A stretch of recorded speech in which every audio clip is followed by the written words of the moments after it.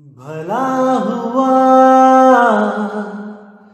मेरी माला टूट गई, मैं राम भजन से छूटी।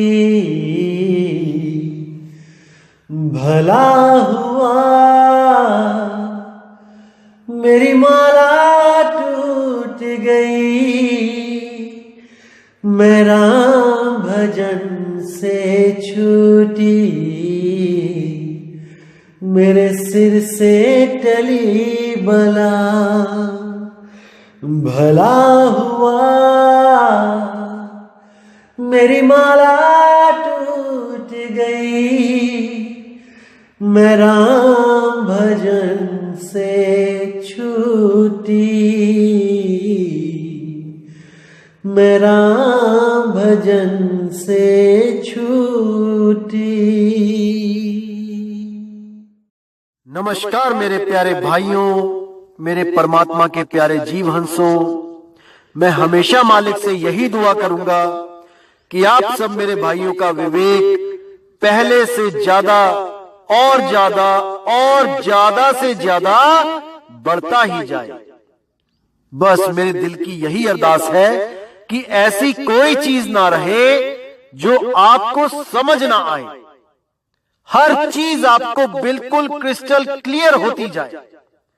बस यही चाहूंगा मैं, यही अरदास करूंगा उस बंदी छोड़ से, उस परमपिता परमात्मा से कि वो आपके विवेक शक्ति में बढ़ोतरी करता ही जाए और ऐसा कोई भी अज्ञान ना रहे इस दुनिया में जो आपको 1% भी भ्रमित कर पाए। कुछ ना रहे ऐसा। आपका ये भाई आपकी पूरी मदद करने के लिए तैयार है। बस आप निष्पक्ष भाव से इस सत्संग को सुनते रहिए और उस पर विचार करते रहिए। विवेक लगाइए कि जो मैंने बात कही है वो सत्य है या असत्य है। जवाब मेरे भाई आपके अंदर से ही आएगा। उस परमात्मा का जवाब आपके अंदर से आएगा। बस उसको पहचानने की कोशिश करो। साहिब बंदगी। और दोस्तों, आपको बताना चाहूंगा कि काफी दिनों से कुछ लिंक व्हाट्सएप पे शेयर किए जा रहे हैं जिसमें कुछ गुरुओं की फोटो लगाई गई है और कुछ भड़काऊ से शब्दों से टाइटल दिया गया है। दोस्तों, ऐसे किसी भी चैनल से हमारा कोई लेना देना नहीं है। आप उनको बिल्कुल ना देखें, बिल्कुल भी ना देखें, क्योंकि वो सत्संग हमारे ही अपलोड कर रहा है और गलत फोटो लगा लगा के दुनिया को भ्रमित कर रहा है। बिल्कुल भी उनका चैनल ना तो सब्सक्राइब करें और जिन्होंने किया है वो अनसब्सक्राइब कर दें। बिना मेरी परमिशन के जो सत्संग अपलोड किए जा रहे हैं ये बिल्कुल गलत बात है। आप ये सब बंद करें। और कोई भी मेरा भाई अगर अपने चैनल पे कोई सत्संग मेरा चलाना चाहता है तो पहले परमिशन लो। प्रचार में योगदान करना है तो बिल्कुल सही तरीके से करो। किसी भी गुरु की फोटो नहीं लगानी है। सब गुरु मेरे बड़े अपनी अपनी ठौर। शब्द विवेकी पारखी सो माथे कम और। हमने हर गुरु की इज्जत करनी है। हमें किसी भी गुरु से हमारा वैर नहीं है भाई।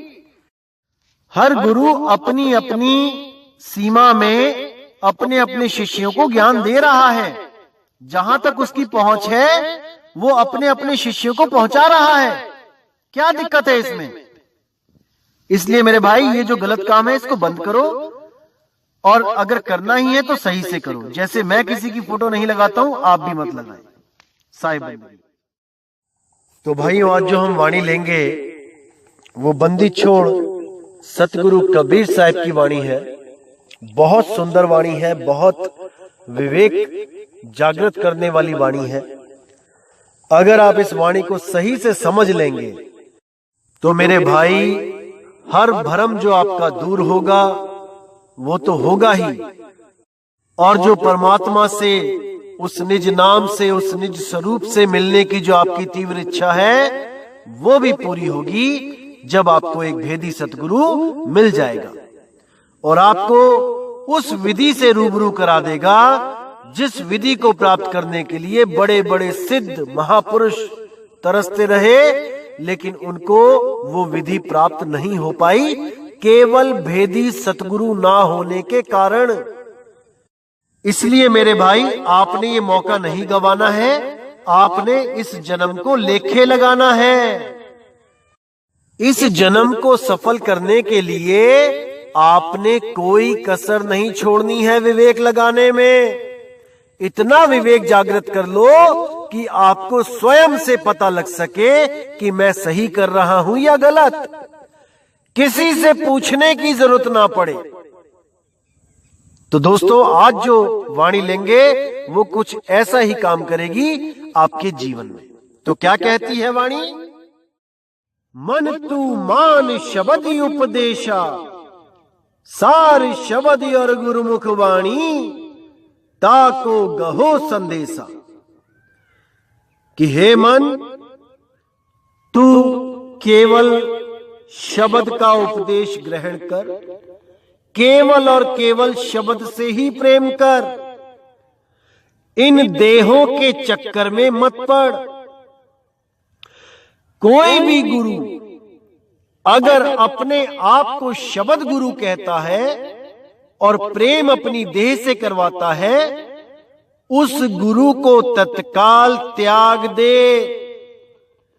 कोई भी संस्था अगर आपको कहती है कि हमारा जो गुरु है वही आपको 5 मंडलों के बाद, 5 भूमियों के बाद या 7 स्वर्गों के पार, 7 आसमानों के ऊपर इसी देह रूप में मिलेगा, तो मेरे भाई समझ जाना कि आपके साथ बहुत बड़ा धोखा किया जा रहा है। आपकी सुरती को भटकाने की कोशिश की जा रही है। बिल्कुल मत भटकना मेरे भाई, बिल्कुल मत भटकना। देह गुरु क्या होता है, विदेह गुरु क्या होता है, ये आने वाले सत्संग में मैं एक एक चीज खोल के बताऊंगा ताकि आपके सारे भ्रम संशय खत्म हो जाएं। लेकिन ये खत्म तभी होंगे जब आप भी पूरा विवेक लगाओगे तब। तो कहते हैं मन तू मान शब्द उपदेशा, सार शब्द और गुरुमुख वाणी, ताको गहो संदेशा।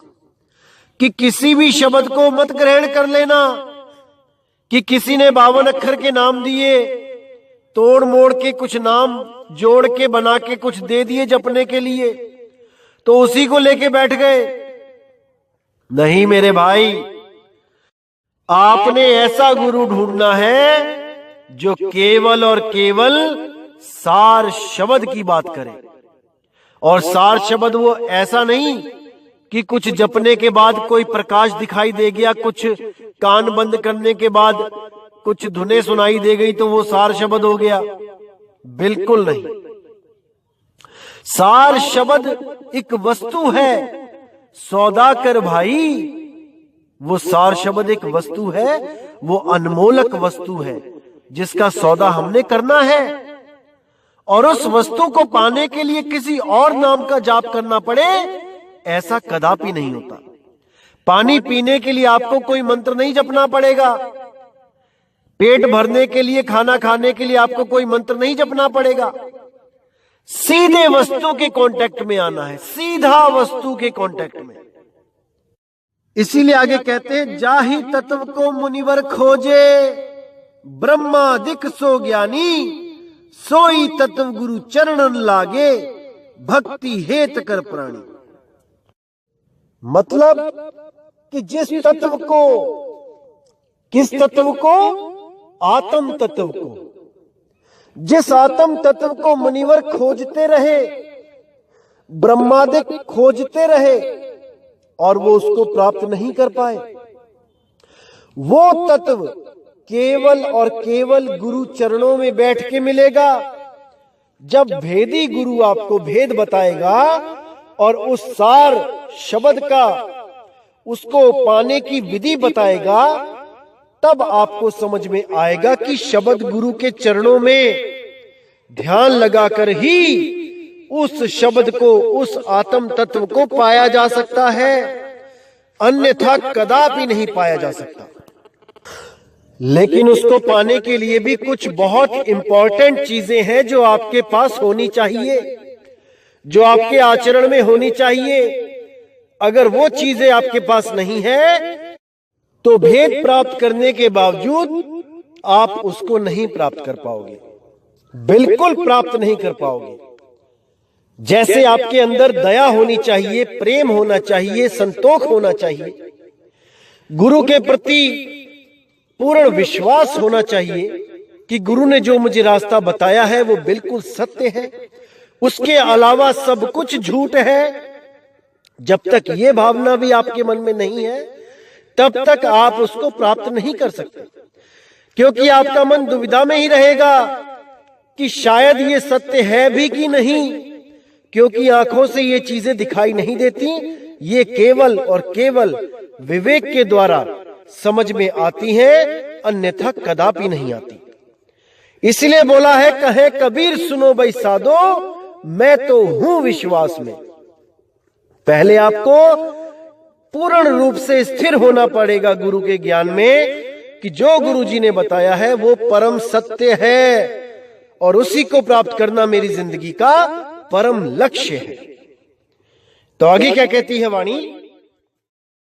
प्रथमे दया दीनता आवे, हांसी मिथ्या त्यागी, आत्म चीन परमात्म जाने, सदा रहे अनुरागी।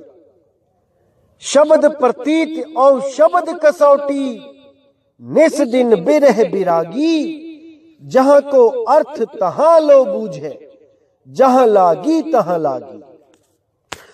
यानी सबसे पहले तो आपके मन में दया आनी चाहिए, लोगों के प्रति दया भाव हो, जीवों के प्रति दया भाव हो, जीव हत्या कदापि ना करें। उसके बाद हांसी मिथ्या त्यागना है, निंदा चुगली से बचना है, किसी का मजाक नहीं उड़ाना, कोई गोरा है, कोई काला है, कोई शरीर से टेढ़ा है, बिल्कुल भी मन में भाव नहीं आना चाहिए कि देखो इसका कैसा शरीर है, इसकी कैसी शक्ल है। अरे सब उसके कर्मों के अनुसार उसको मिला है। अगर कोई बहुत गोरा है, बहुत स्मार्ट है, तो वो केवल उसके कर्मों की वजह से है। अगर कोई बहुत काला है और बहुत बदरूप है, बहुत ही गंदी शक्ल है किसी की, तो वो केवल उसके कर्मों के अनुसार है। आपको भी अगर किसी को जैसा भी रंग रूप मिला है, जैसी भी काया मिली है, वो उसके कर्मों के अनुसार है। इसमें कोई किसी का मजाक उड़ाने की जरूरत नहीं है, क्योंकि हर बंदा यहां कर्मों में बंधा हुआ है, चाहे वो गुरु है, चाहे वो कोई चेला है। एक डाल दो पंछी बैठे, एक गुरु एक चेला, गुरु की करनी गुरु भरेगा, चेले की करनी चेला। इसमें कोई संशय नहीं है कि गुरु और चेला दोनों ही उस शब्द की भक्ति करके मुक्त होंगे, इसमें कोई संशय नहीं है। 1% भी कोई भ्रमित ना हो कि कोई गुरु किसी चेले को पार कर देगा या ऐसा कुछ, बिल्कुल नहीं। वो शब्द गुरु है जो सबको पार करेगा, वो निज रूप है जो सबको पार करेगा, वो निज नाम है जो सबको पार करेगा मेरे भाई। बस उसको प्राप्त करने की विधि गुरु बताता है, उसको समझना है अच्छी तरह। तो आगे क्या कहती है वाणी? आत्म चीन परमात्म जाने, सदा रहे अनुरागी।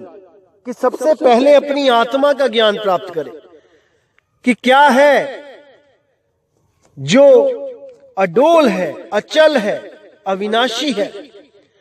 पहले उसको प्राप्त करे, अपनी अवस्था को बदले, जीव अवस्था से सीधे आत्म अवस्था में पहुंचे, तब ही वो जान पाएगा कि असल में मेरा निज नाम, मेरा निज स्वरूप क्या है। और आत्मा में ही परमात्मा का वास है, तो आत्म छीन के वो परमात्मा को प्राप्त कर सकता है। सदा रहे अनुरागी और सदा सदा हमेशा अनुराग में रहे, भजन बंदगी में रहे। कोई भी गलत काम करने से पहले 100 बार सोचे और समझ बूझ के उस गलत काम से बच जाए। यही अनुराग है, यही बैराग है। कहीं कोई दिक्कत आती है तो अपने गुरु से सवाल करे, पूछे कि गुरुजी मैं ये करना चाहता हूं, ये गलत है कि या सही। तो गुरुजी स्वयं उसको मार्गदर्शन करेंगे और वो उन गलत कामों से बच जाएगा।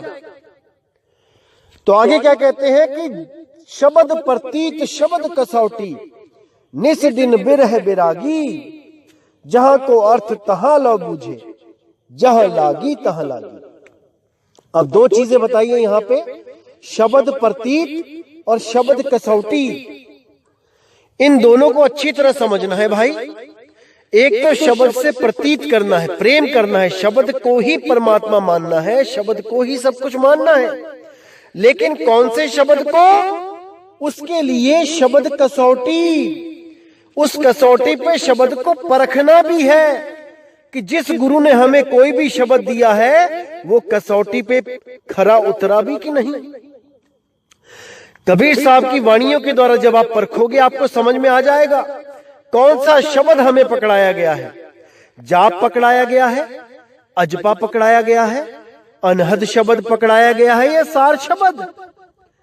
तो साहिब कहते हैं जाप मरे, अजपा मरे, अनहद भी मर जाए। अगर ये तीनों शब्द दिए गए हैं तो ये तो स्वयं मर जाएंगे, खत्म हो जाएंगे। सुरत समाये शब्द में वाको काल न खाए। और अगर सार शब्द को दिया गया है जो जाप अजपा और अनहद से न्यारा है, तब भाई आपका काम बन जाएगा। तो कहते हैं जहां को अर्थ तहां लो बूझे, जहां लागी तहां लागी। यानी कि कोई भी गुरु कोई भी वाणी बताता है आपको तो वो सही जगह उस वाणी को लगा रहा है कि नहीं, कहीं उस वाणी को बोल के भ्रमित तो नहीं कर रहा। कहां पर कौन सी वाणी यूज होगी इसका ज्ञान उसको है कि नहीं। जैसे आपने देखा है कि कई गुरु लोग आजकल क्या कर रहे हैं, केवल और केवल अपनी संगत बढ़ाने के लिए क्या कह देते हैं संगत में कि तुमने कुछ नहीं करना, जो करेगा सो गुरु करेगा, गुरु तुम्हें खुद पार कर देगा, तुमने कुछ नहीं करना। और वाणी क्या यूज करते हैं, ना कुछ किया ना कर सका ना करने जोग शरीर, और जो कुछ किया सो गुरु किया, भयो कबीर कबीर। देखो कबीर साहब कह रहे हैं कि तुम कुछ नहीं कर सकते, मैंने कुछ नहीं किया, जो कुछ करेगा वो गुरु करेगा, इसलिए तुमने भक्ति भी नहीं करनी, कुछ भी नहीं करना है, गुरु अपनी कमाई से पार कर देगा। अरे मेरे भाई, ये वाणी कहां की और फिट तुमने कहां कर दी। ये वाणी तब की है जब पांडवों ने काशी में हल्ला मचा दिया था, झूठी अफवाह फैला दी थी कि कबीर साहब बहुत बड़ा भंडारा कर रहे हैं, 3 दिन चलेगा। तो वहां पर कबीर साहब ने ये वाणी बोली थी कि जो कुछ किया सो हरि किया, भयो कबीर कबीर। तो कहां की वाणी उठा के कहां फिट करके लोगों को भरमाने में कोई कसर नहीं छोड़ते। इसीलिए बोला जहां को अर्थ तहां ला बूझे, जहां लागी तहां लागी। जहां पर वो लगनी चाहिए वाणी वहीं पे लगा के उसका सही अर्थ बता के शिष्य के सारे भ्रम दूर करे, वही सतगुरु है।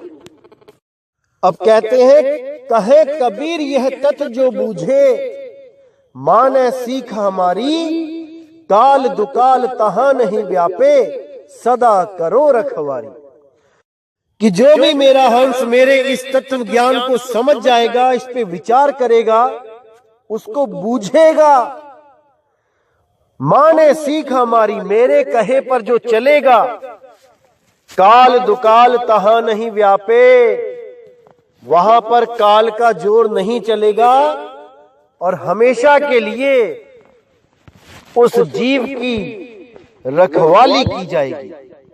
सदा करो रखवारी, मैं हमेशा उसकी रखवारी करूंगा जो भी इस तत्व ज्ञान को बूझेगा।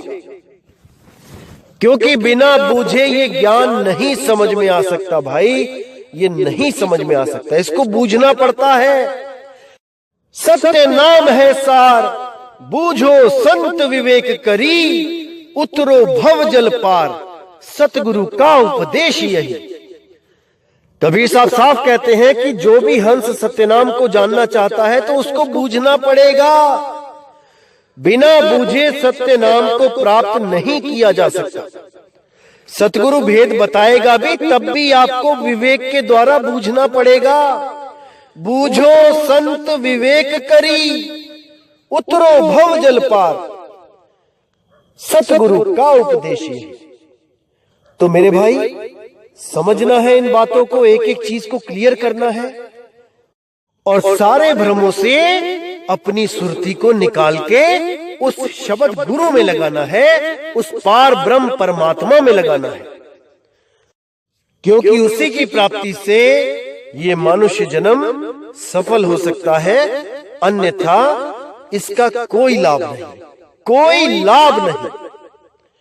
तो मेरे भाई उम्मीद करता हूं कि आज के सत्संग से आपके काफी भ्रम मिटे होंगे और अब दास को आज्ञा दीजिए।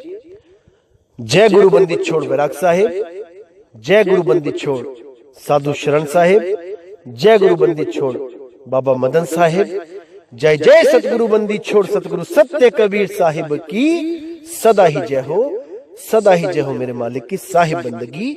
सतनाम।